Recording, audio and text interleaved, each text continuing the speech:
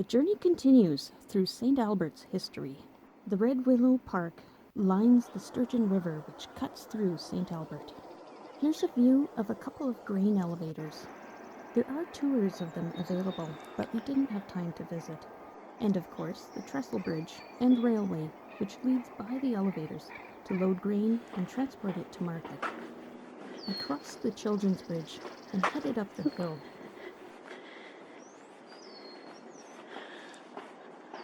On my way, I saw some construction vehicles paused in action. The workers must be on a break. I reached Mission Park and passed by the Chapel of Immaculate Conception, a parish which was built in 1944. With this, the parishgoers didn't have to climb the hill, which would be difficult, especially in winter with snow and ice.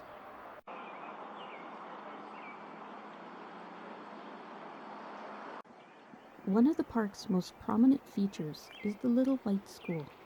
It was built in 1946 and used until 1987, when it was no longer needed.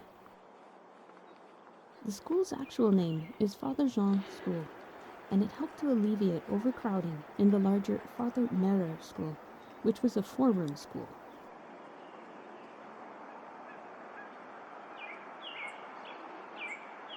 This is Father Lacombe, born in Quebec and traveled to Alberta, did a lot of missionary work here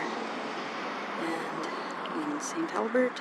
Stepping further back into history, Father Lacombe established the first chapel on the hill and began the mission in St. Albert. This simple log building was built in 1861 and is the oldest surviving building in Alberta. It has been moved around, restored, and at one point was even encased in brick. We had a marvelous guide who showed us around the area. But as of right now, it's been reconstructed to resemble how it looked originally when it was still a church. Right. Still a chapel, I should say, yeah. Because it was used as a chapel for 10 years, and then after those 10 years were done, there was a different church that had been built, and this one was deconsecrated. And so it was used. It's similar to that, just in the way that it's built. The entire building doesn't have a single nail in any of the walls. So the way it's constructed is it uses posts and sills, posts being the vertical ones and sills being the horizontal. And they just fit exactly, perfectly together. And it fits together and creates the building itself. Each one is numbered, like Roman numeral kind of thing. Oh. And so it's kind of like building a Lego set almost, as a building. Yeah.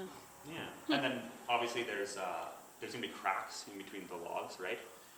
So back then they used a process called chinking, which was like a mixture of mud and hay and grass, and they would pat that in between the cracks, and it would seal the building. Now we use cement, although I think the building's due to have a re-chinking pretty soon here, of the outside at least. Yeah, so this is our altar, and we have our artifacts here. Lots of them, the majority of which I would certainly say are from the same time period as Father Lacombe Chapel was first erected, but they're not from the chapel itself. So things like our incense is certainly from the same time period. Our mass bell is. I know our cross certainly is. Our chalice, which I don't know if you know this, but the chalices, they have to be pure gold or pure silver to be functional in a church, or the lip has to be plated gold or plated silver. So that's absolutely original. We have our donation box, which I believe nowadays they just sort of pass around a hat kind of thing. Right. Back then they would have the donation box, walk around the pews and stick it in so people could give donations. It's like they've repurposed a pool cue though. Yeah, it was a little. Here, this is these are both beaver. This is winter beaver and this is summer beaver. So the difference being winter beaver's fur is a bit darker in color and it's thicker as well to conserve body heat and whatnot. This is muskrat. We do have actually some beavers. There's one certainly by the. Do you know where the Children's Bridge is? Oh yeah. It's just down the river a little bit. Right. We have a couple beavers that are down there right now that are gnawing on the trees and Yeah. it's cool. Yeah. And we always have muskrats in the river still. Yeah. They're always somewhere to be found. Yeah. And then over here, is hare, like rabbit, in the winter, which we still have here. I believe they probably still do in Edmonton too, eh? Yeah. And skunk. So yeah, and then this we're thinking is probably either smaller or a bit of a younger buffalo, because the hide itself isn't too big. But you also have to remember that a massive part of the buffalo is its head and neck, sort of every single part of the animal was used. Yeah. This is a traditional Métis sash. Right. Each color in the sash represents something different. So red represents either fire or the blood of the Métis, the blood of that courses within you. The blue represents both water and the sky. The green, black, and brown all represent Mother Earth and their connection to the earth. The yellow represents the sun, and white represents the spirit of the Métis. Yeah, and then the sash was used for many different things. So I have it right now just around my waist. Women would have it around their chest, because the idea was that as a life giver, you cannot have something constricting your waist. Right. And it was used for many different things. Whether it was because they didn't have pockets in their pants, so if they would use it for like a pouch, they'd keep like their tobacco, their pipe, and whatnot. Maybe Right. some tools inside of it. You could use it as I'm forgetting the word, but like a sling. sling.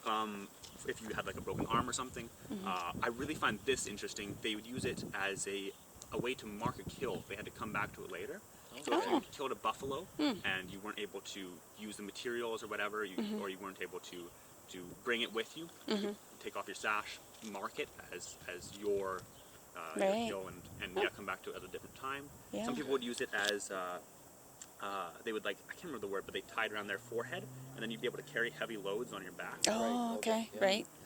Yeah, so there many Fascinating. different uses. Yeah. Yeah, and here we have a cart. A lot of people think this is a Red River cart. Red River originating, yeah, I know, because of the metal, obviously, but originating from Manitoba, but no metal at all. Our conversation focused more on Red River carts. This one was probably much quieter with its metal wheels. So, back to the mission. This is the Vital Grandin Center.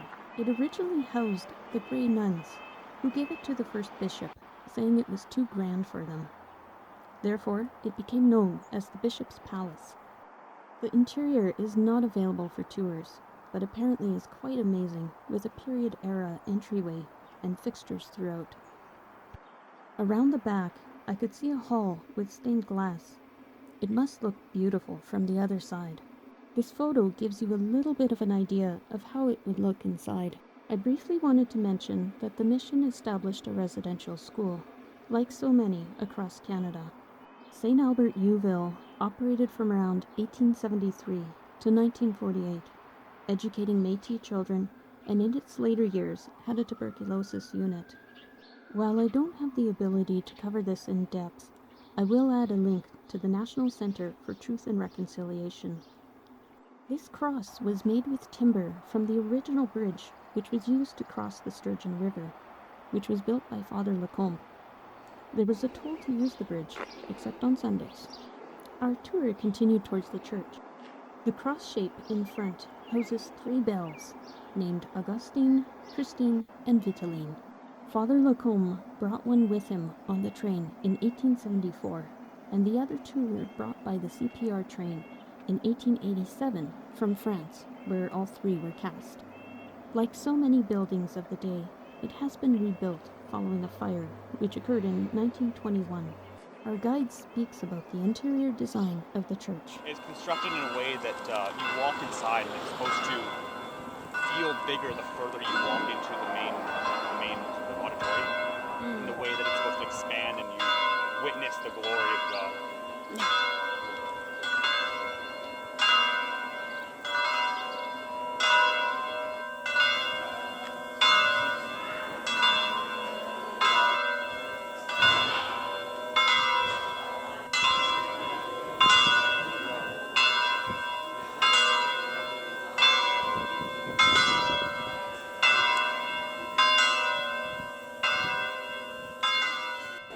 Sounding dome sort of thing.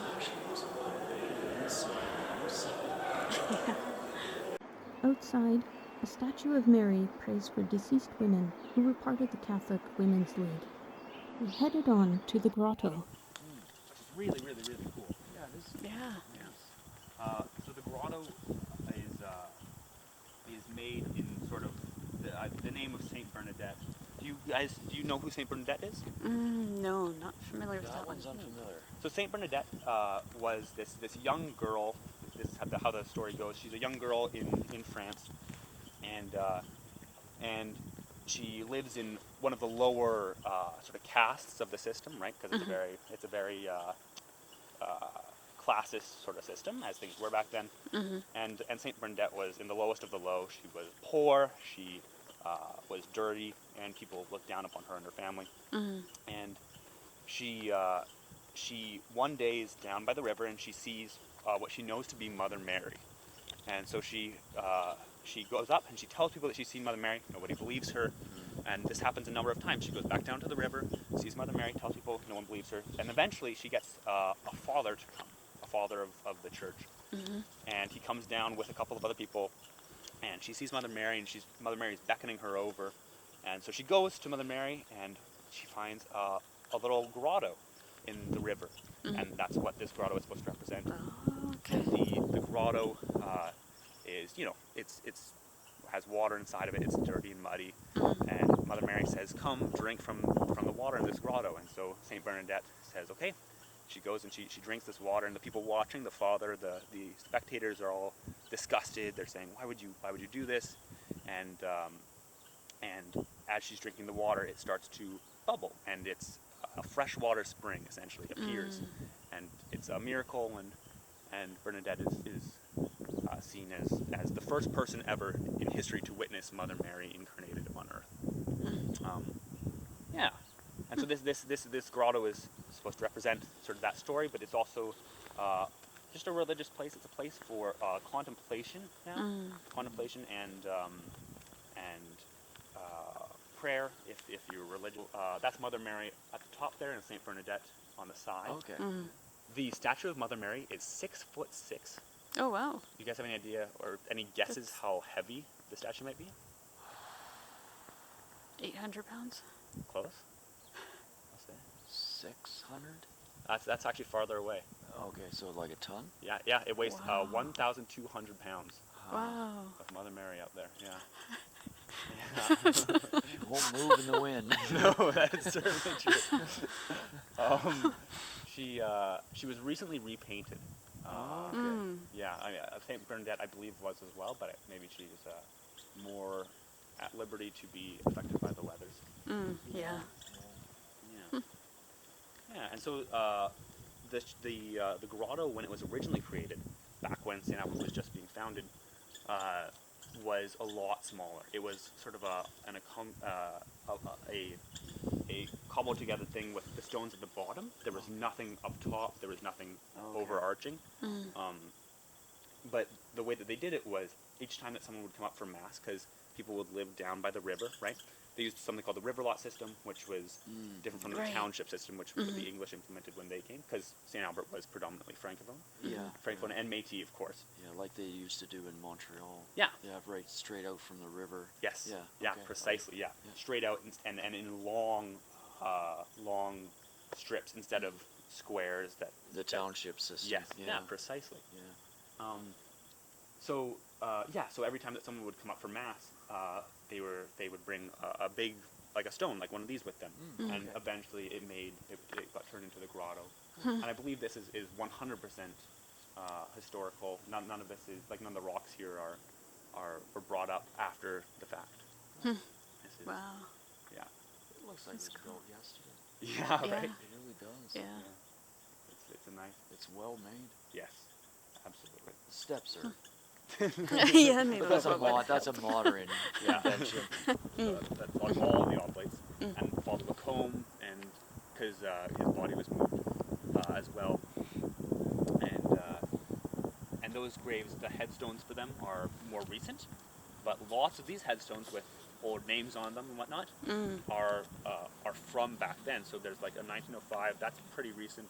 1871, Mary Goodman, lots of the names you'll see here are named after, we have streets named after them, Right. Yeah. or areas named after them, schools named after them, because that's really how you got your name in the history books back then.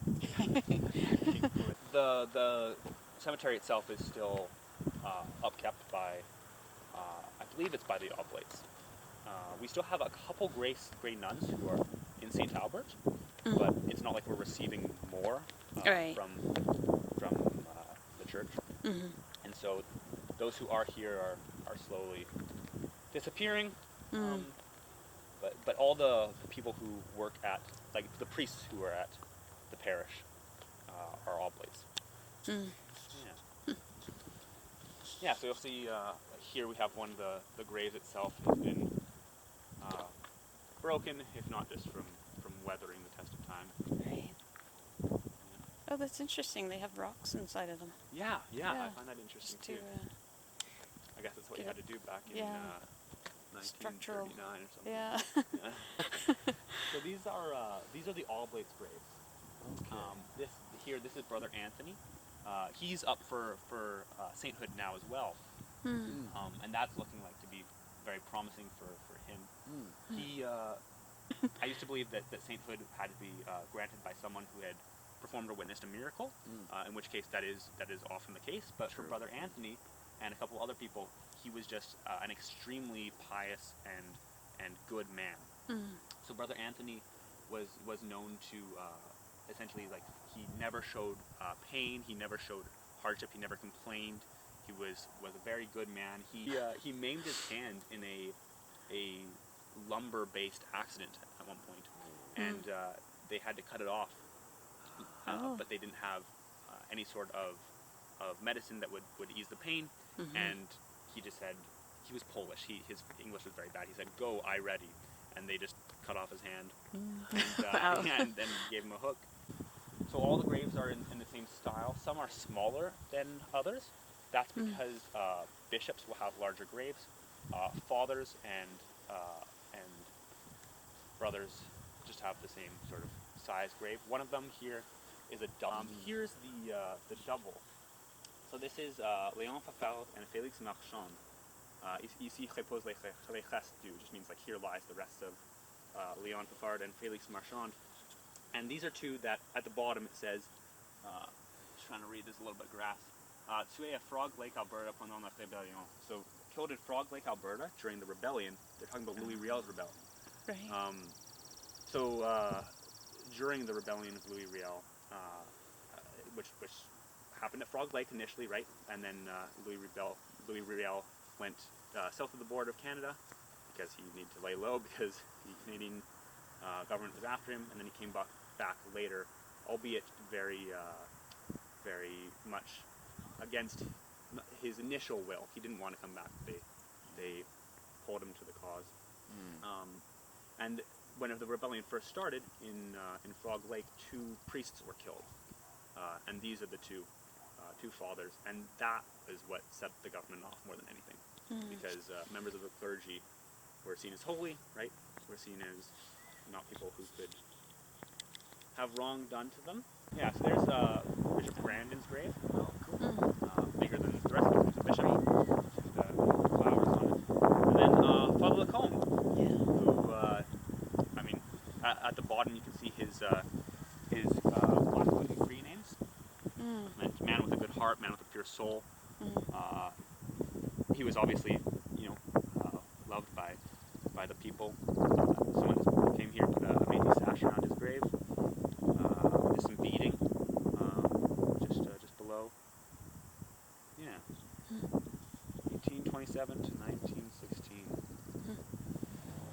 Yeah. For all of you wondering where the duck is, here he is.